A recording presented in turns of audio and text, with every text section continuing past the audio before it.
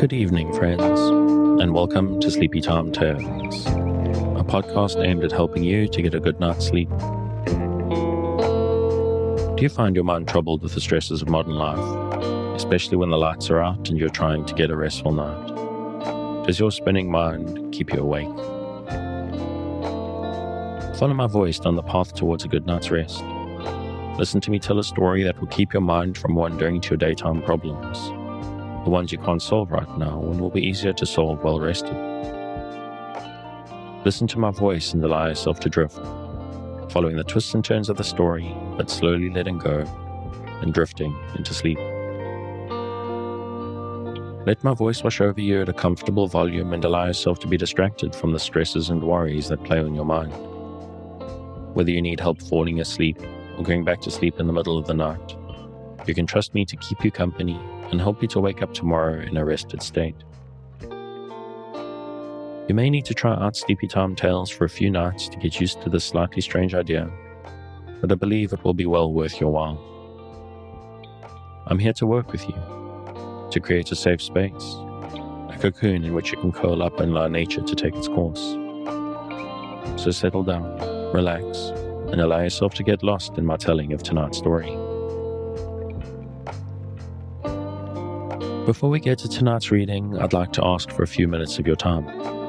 Sleepy Time Tales is purely listener supported. I can only keep it going, paying for the services and tools that I use, and justify the time that I spend on it thanks to the generosity of listeners just like you.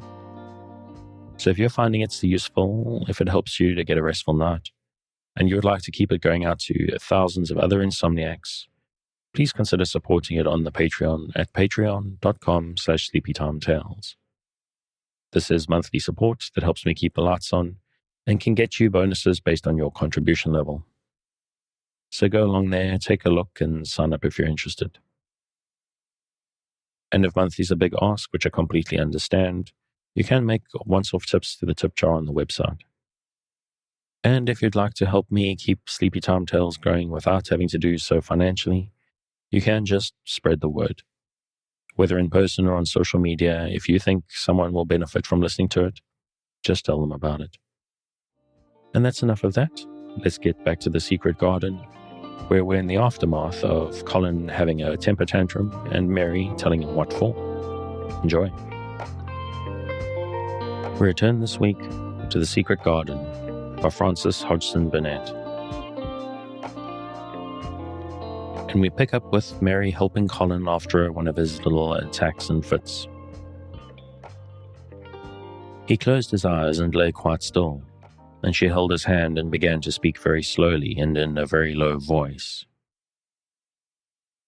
I think it has been left alone so long that it has grown all into a lovely tangle.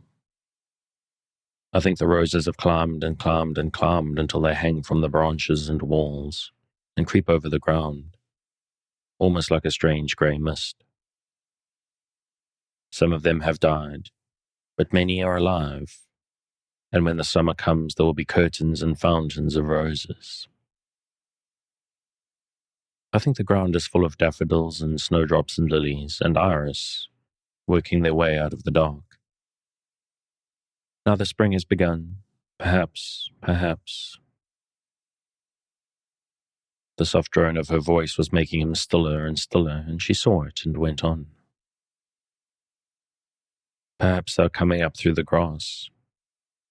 Perhaps there are clusters of purple crocuses and gold ones, even now. Perhaps the leaves are beginning to break out and uncurl, and perhaps the grey is changing and the green gauze veil is creeping and creeping over everything.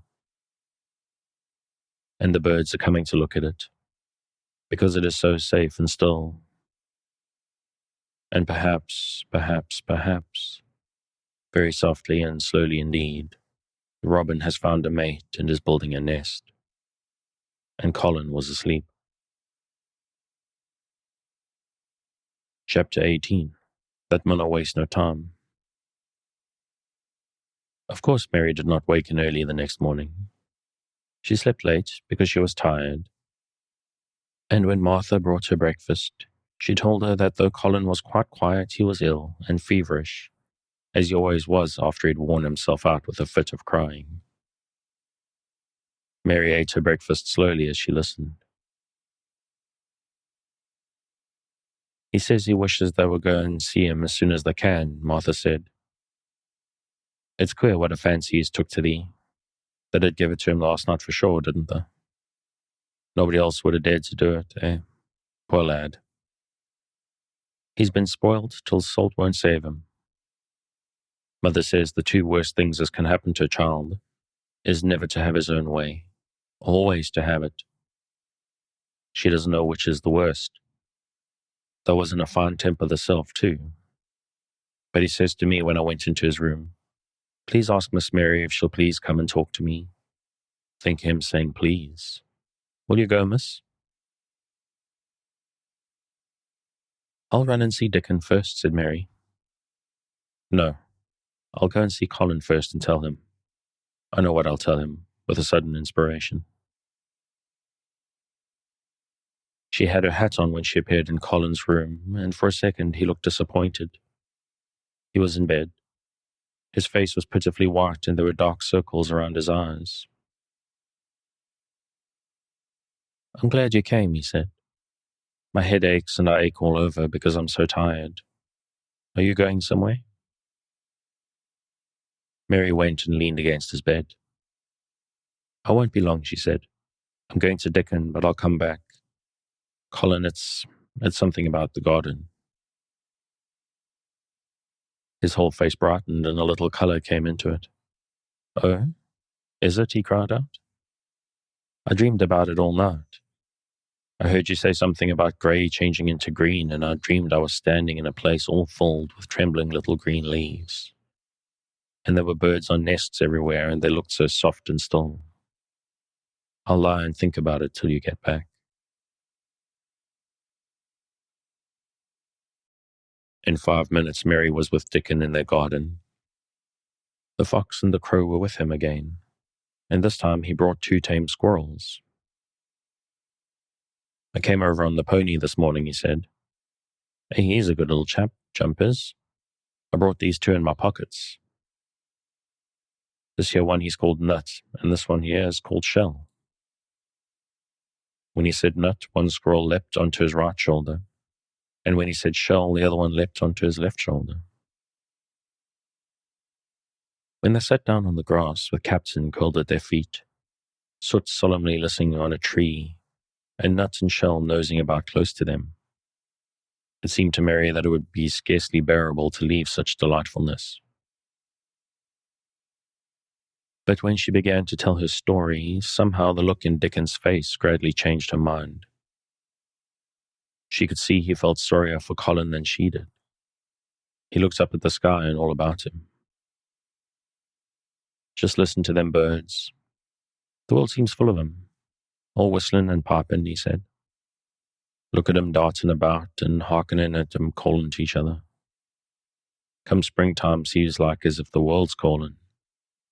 The leaves is uncurling so you can see 'em, and my word, the nice smells there is about. Sniffing with his happy turned-up nose. And that poor lad lying shut up and seeing so little, that he gets to thinking of things as sets him screaming.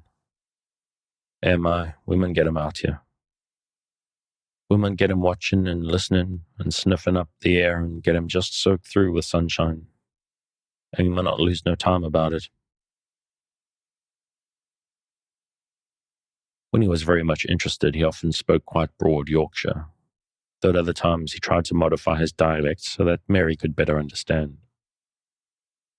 But she loved his broad Yorkshire, and had in fact been trying to learn to speak it herself. She spoke a little now. Aye, that we mun, she said. Which meant yes, indeed, we must. I'll tell thee what us'll do first, she proceeded, and Dickon grinned, because when the little wench tried to twist her tongue into speaking Yorkshire, it amused him very much. He's took a greatly fancy to thee. He wants to see thee, and he wants to see Soot and Captain. When I go back to the house to talk to him, I'll ask him if they canna come and see him tomorrow morning, and bring in the creatures with thee.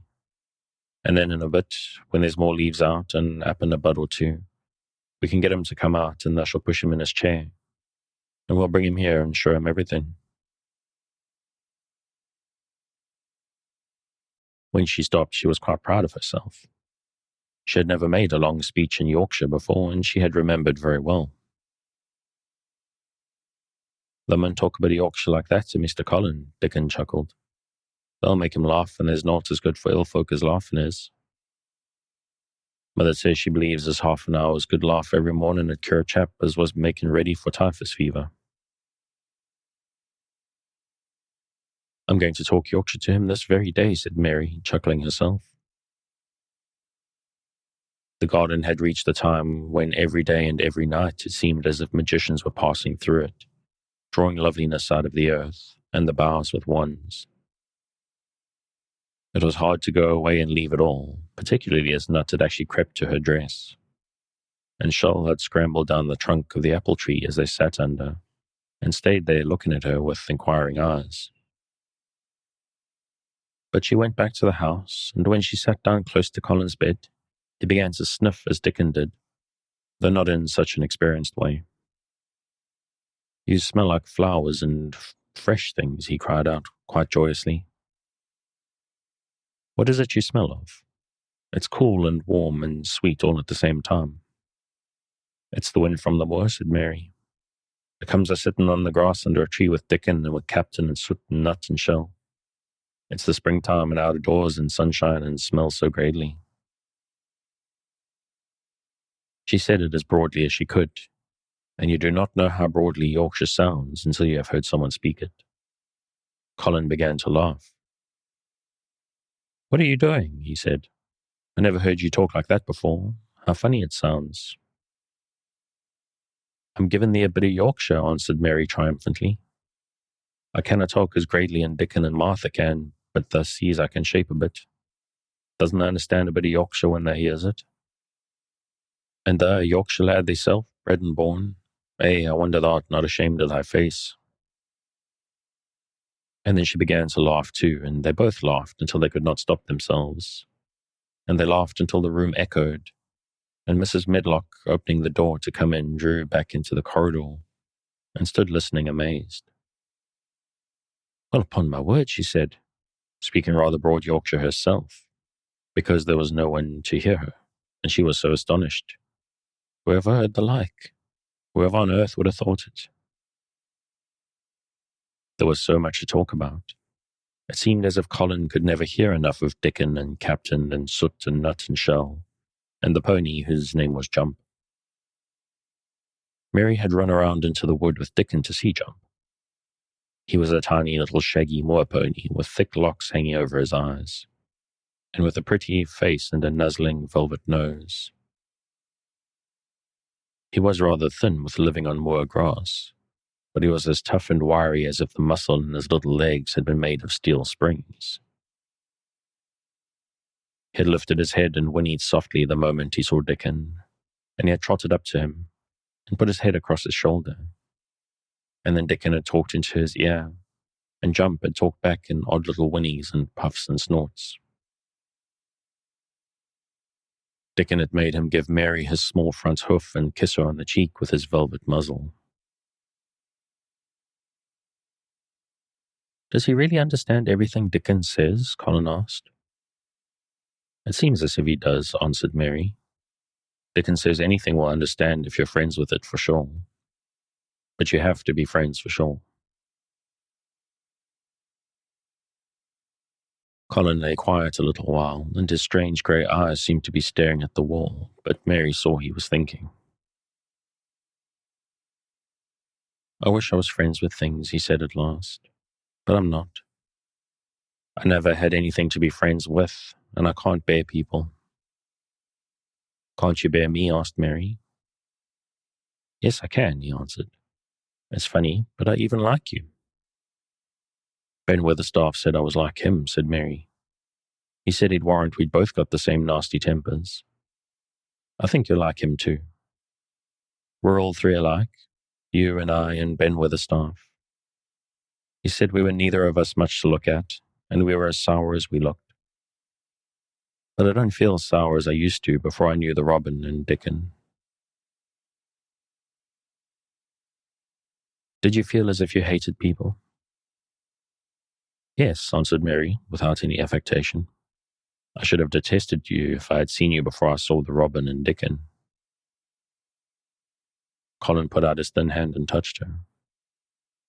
Mary, he said, I wish I hadn't said what I did about sending Dickon away. I hated you when he said he was like an angel, and I laughed at you. But perhaps he is. Well, it was rather funny to say it, she admitted frankly, because his nose does turn up, and he has a big mouth, and his clothes have patches all over them, and he talks broad Yorkshire. But if an angel did come to Yorkshire and live on the moor, if there was a Yorkshire angel, I believe he'd understand the green things and know how to make them grow, and he would know how to talk to the wild creatures as Dickon does, and they'd know he was friends for sure. I shouldn't mind Dickon looking at me, said Colin. I want to see him. I'm glad you said that, answered Mary, because... Quite suddenly it came into her mind that this was the minute to tell him. Colin knew something new was coming. Because what? He cried eagerly. Mary was so anxious that she got up from her stool and came to him and caught hold of both his hands. Can I trust you? I trusted Dickon because birds trusted him. Can I trust you for sure? For sure, she implored. Her face was so solemn that he almost whispered his answer. Yes, yes. Well, Dickon will come to see you tomorrow morning, and he'll bring his creatures with him. Oh, Colin cried out in delight. But that's not all, Mary went on, almost pale with solemn excitement. The rest is better. There is a door into the garden. I found it. It is under the ivy on the wall. If he had been a strong, healthy boy, Colin would probably have shouted, hooray, hooray, hooray. But he was weak and rather hysterical. His eyes grew bigger and bigger, and he gasped for breath. Oh, Mary, he cried out with a half-sob. Shall I see it? Shall I get into it? Shall I live to get into it? And he clutched her hands and dragged her towards him. Of course you'll see it, snapped Mary indignantly. Of course you'll live to get into it. Don't be silly. And she was so unhysterical and natural and childish that she brought him to his senses, and he began to laugh at himself. And a few minutes afterwards she was sitting on her stool again, telling him not what she imagined the secret garden to be like, but what it really was. And Colin's aches and tiredness were forgotten, and he was listening enraptured. It is just what she thought it would be, he said at last. It sounds just as if you had really seen it. You know, I said that when you told me first. Mary hesitated about 2 minutes, and then boldly spoke the truth. I had seen it, and I had been in it, she said. I found the key and got in weeks ago. But I daren't tell you. I daren't because I was so afraid I couldn't trust you for sure. Chapter 19. It has come. Of course, Dr. Craven had been sent for the morning after Colin had had his tantrum. He was always sent for at once when such a thing occurred, and he always found, when he arrived, a white, shaken boy lying on his bed, sulky and still so hysterical that he was ready to break into fresh sobbing at the least word. In fact, Dr. Craven dreaded and detested the difficulties of these visits. On this occasion, he was away from Misselthwaite Manor until afternoon. How is he? Asked Mrs. Medlock, rather irritably, when he arrived. He'll break a blood vessel in one of these fits some day. The boy is half insane with hysteria and self-indulgence. Well, sir, answered Mrs. Medlock, you'll scarcely believe your eyes when you see him. That plain, sour-faced child that's almost as bad as himself has just bewitched him. How she's done it, there's no telling. The Lord knows she's nothing to look at, and you scarcely ever hear her speak. But she did not one of us dare do.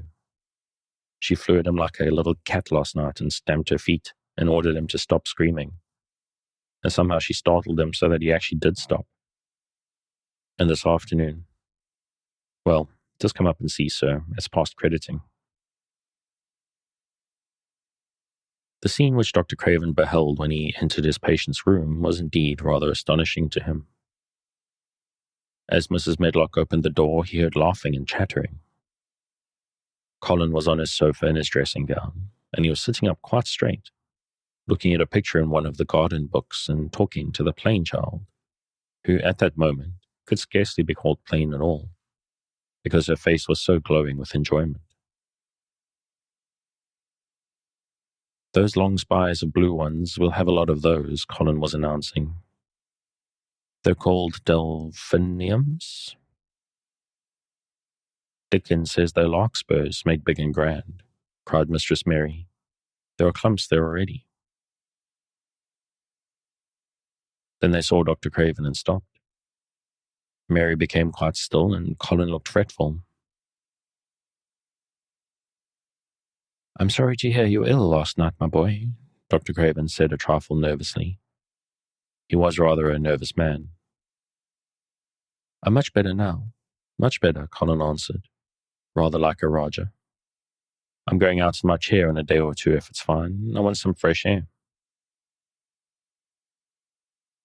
Dr. Craven sat down by him and felt his pulse and looked at him curiously.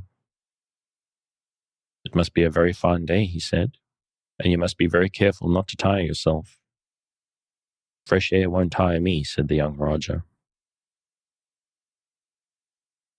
As there had been occasions when the same young gentleman had shrieked aloud with rage and insisted that fresh air would give him cold and kill him, it is not to be wondered at that his doctor felt somewhat startled. I thought you did not like fresh air, he said. I don't when I'm by myself, replied the Roger, but my cousin is going out with me. And the nurse, of course, suggested Dr. Craven. No, I will not have the nurse, so magnificently that Mary could not help remembering how the young native prince had looked with his diamonds and emeralds and pearls stuck all over him, and the great rubies on the small dark hand he had waved to command his servants to approach him with salams and receive his orders. My cousin knows how to take care of me. I'm always better when she is with me. She made me better last night. A very strong boy I know will push my carriage. Dr. Craven felt rather alarmed. If this tiresome, hysterical boy should chance to get well, he himself would lose all chance of inheriting Misselthwaite. But he was not an unscrupulous man, though he was a weak one, and he did not intend to let him run into actual danger. He must be a strong boy and a steady boy, he said at last, and I must know something about him. Who is he? What is his name? It's Dickon, Mary spoke up suddenly. She felt somehow that everybody who knew the Moya must know Dickon, and she was right too. She saw that in a moment Dr. Craven's serious face relaxed into a relieved smile. Oh, Dickon, he said. If it is Dickon, you'll be safe enough. He's as strong as a Moor pony as Dickon. And he's trusty, said Mary. He's the trustiest lad of Yorkshire. She had been talking Yorkshire to Colin, and she forgot herself. Did Dickon teach you that? Asked Dr. Craven, laughing outright. I'm learning it as if it was French, said Mary rather coldly. It's like a native dialect in India. Very clever people try to learn them. I like it, and so does Colin. Well, well, he said. If it amuses you, perhaps it won't do you any harm. Did you take your bromide last night, Colin? No, Colin answered. I wouldn't take it at first. And after Mary made me quiet, she talked me to sleep, in a low voice, about the spring creeping into her garden. That sounds soothing, said Dr. Craven, more perplexed than ever, and glancing sideways at Mistress Mary sitting on her stool, and looking down silently at the carpet. You're evidently better, but you must remember. I don't want to remember, interrupted the Raja, appearing again. When I lie by myself and remember, I begin to have pains everywhere, and I think of things that make me begin to scream because I hate them so. If there was a doctor anywhere who could make you forget you were ill instead of remembering it, I would have brought him here. And he waved a thin hand, which ought really to have been covered with royal signet rings made of rubies. It is because my cousin makes me forget that she makes me better. Dr. Craven had never made such a short stay after a tantrum. Usually he was obliged to remain a very long time and do a great many things. This afternoon he did not give any medicine or leave any new orders, and he was spared any disagreeable scenes. When he went downstairs, he looked very thoughtful, and when he talked to Mrs. Medlock in the library, she felt that he was a much puzzled man. "Well, sir," she ventured, "could you have believed it?" "It is certainly a new state of affairs," said the doctor, "and there is no denying it is better than the old one." "I believe Susan Sowerby's right. I do that," said Mrs. Medlock. "I stopped in her cottage on my way to Thwaite yesterday and had a bit of a talk with her. And she says to me, 'Well, Sarah Ann, she mayn't be a good child and she mayn't be a pretty one, but she's a child and children needs children.' We went to school together, Susan Sowerby and me." "She's the best sick nurse I know," said Dr. Craven. "When I find her in a cottage, I know the chances are that I shall save my patient." Mrs. Medlock smiled. She was fond of Susan Sowerby. "She's got away with her, has Susan," she went on, quite volubly. "I've been thinking all morning of one thing she said yesterday. She says, 'Once, when I was giving the children a bit of a preach after they'd been fighting, I says to 'em all, when I was at school, my geography told us the world was shaped like an orange, and I found that, before I was 10, that the whole orange doesn't belong to nobody. No one owns more than his bit of a quarter, and there's times it seems like there's not enough quarters to go around. But don't you, none of you, think as though they owns the whole orange, or you'll find out you're mistaken, and you won't find it without hard knocks. What children learns from children,' she says, 'is there's no sense in grabbing at the whole orange, peel and all.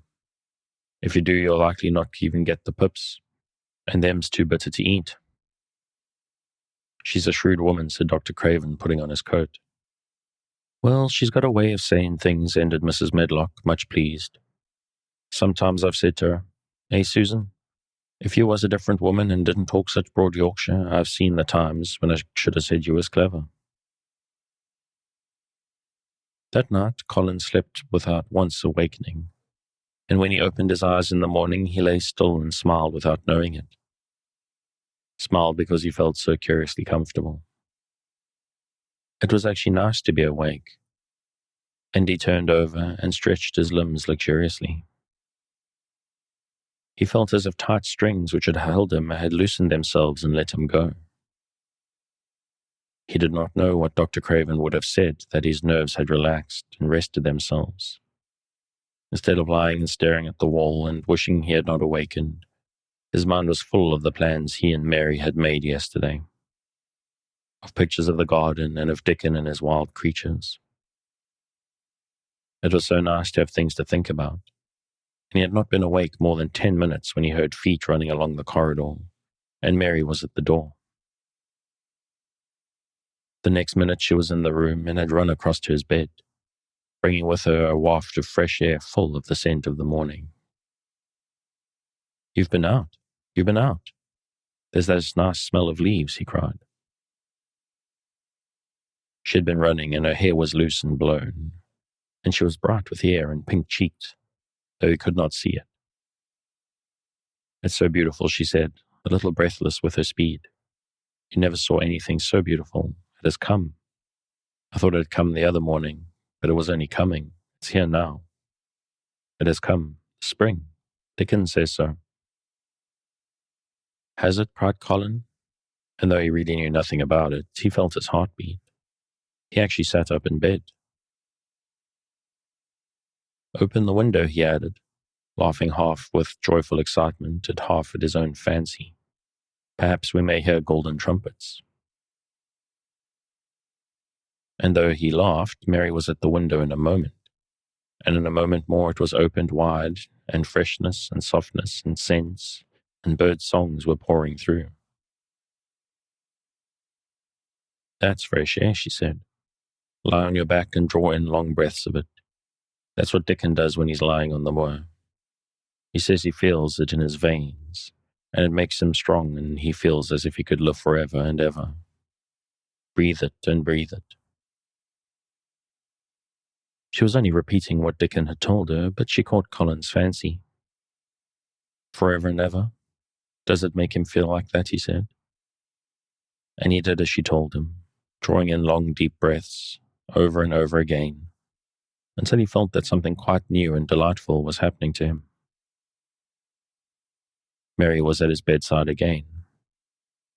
"Things are crowding up out of the earth," she ran on in a hurry, "and there are flowers uncurling and buds on everything, and the green veil has covered nearly all the grey, and the birds are in such a hurry about their nests, for fear they may be too late, that some of them are even fighting for places in the secret garden.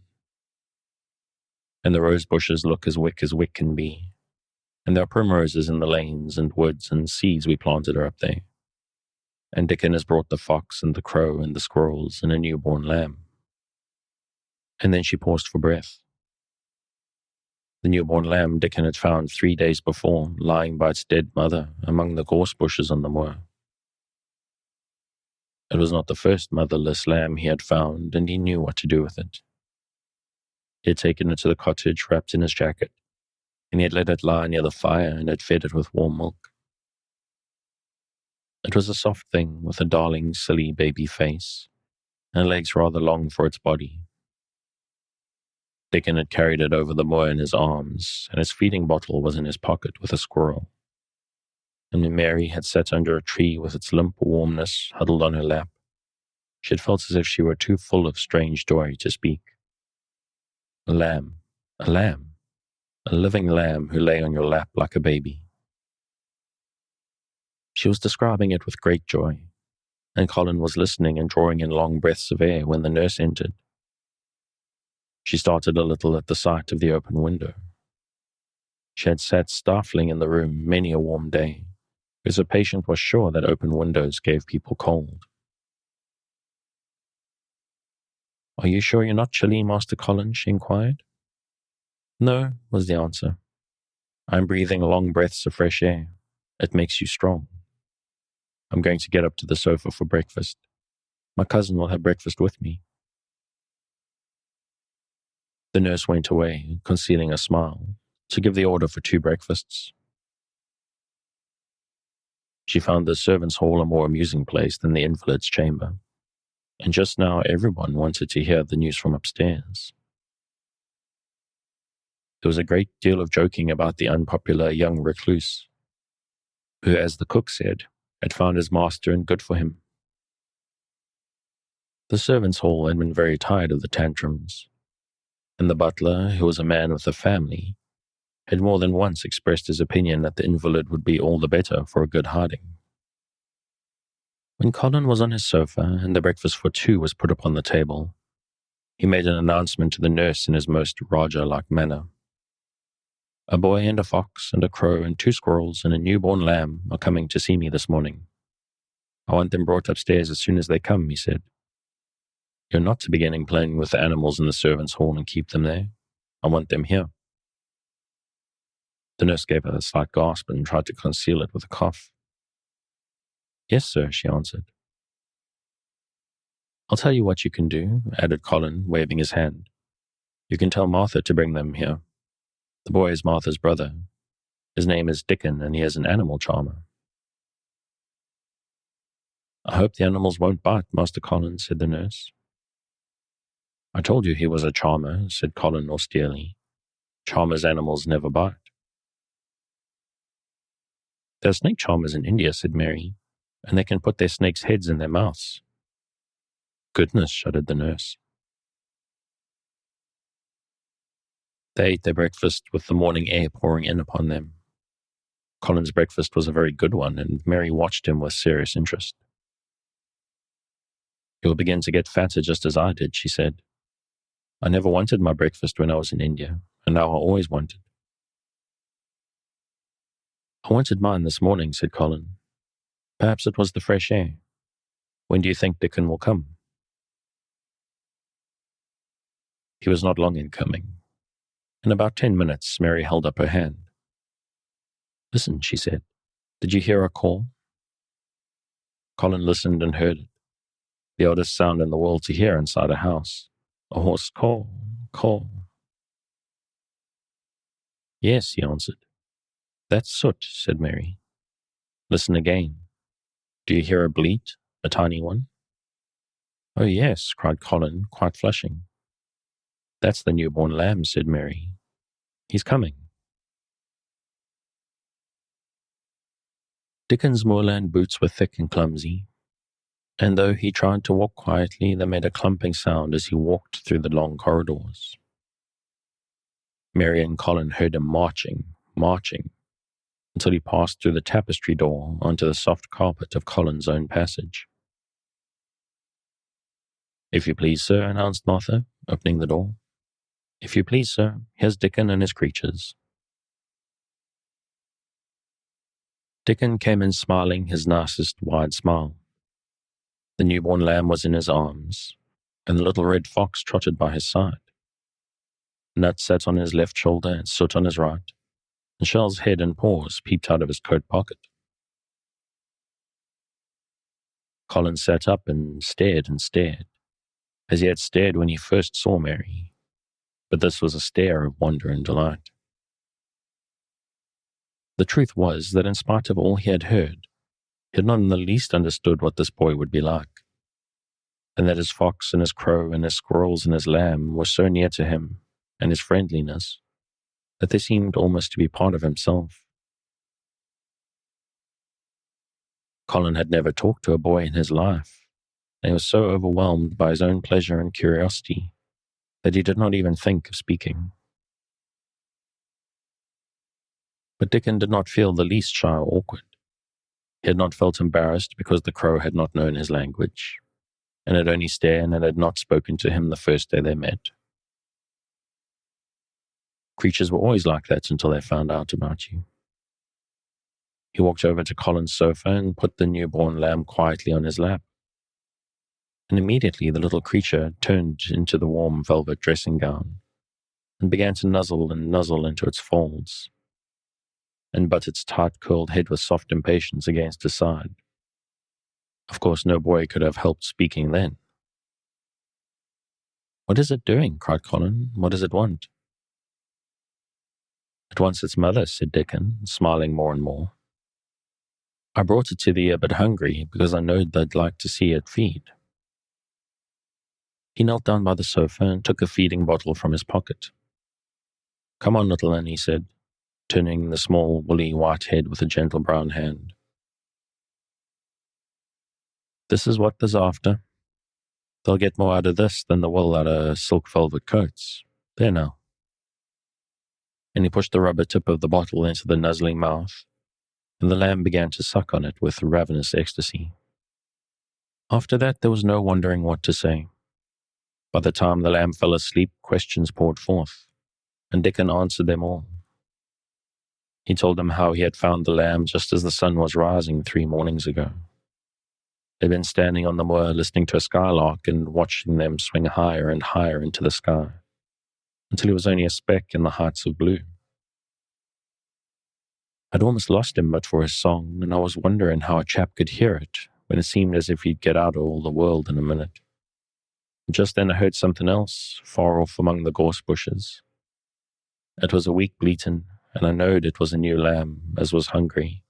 I knowed it wouldn't be hungry if it hadn't lost its mother somehow, so I set off searching. I did have a look for it. I went in and out among the gorse bushes, and round, and I always seemed to take the wrong turning. But at last I seed a bit of white by a rock on top of the moor, and I climbed up and found the little one, half dead with cold and clemming. While he talked, Soot flew solemnly in and out of the open window, and caught remarks about the scenery, while Nut and Shell made excursions into the big trees outside and ran up and down trunks and explored branches. Captain curled up near Dickon, who sat on the hearthrug from preference.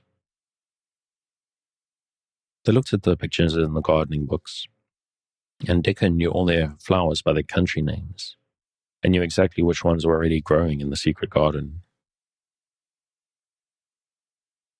"I couldn't say that their name," he said, pointing to one under which was written Aquilegia. "But us calls that a columbine, and that there one's a snapdragon, and they both grow wild in hedges. But these is garden ones, and they're bigger and grander. There's some big clumps of columbine in the garden. They'll look like a bed of blue and white butterflies fluttering when they're out." "I'm going to see them," said Colin. "I'm going to see them." "Aye, that the mun," said Mary quite seriously. "And that mun not lose no time about it." And I'm going to leave that there. As always, you can carry on reading the original. You can find it on Project Gutenberg's at the link in the show notes. Thanks again for joining me on this episode of Sleepy Time Tales, the podcast designed around a bedtime story to help you to get a restful night. New episodes will be released every Sunday night to give you something fresh to help you rest in a new week. But make sure to follow or subscribe in whatever service you use so that you get your new episodes whenever they come out. Good night and sweet dreams.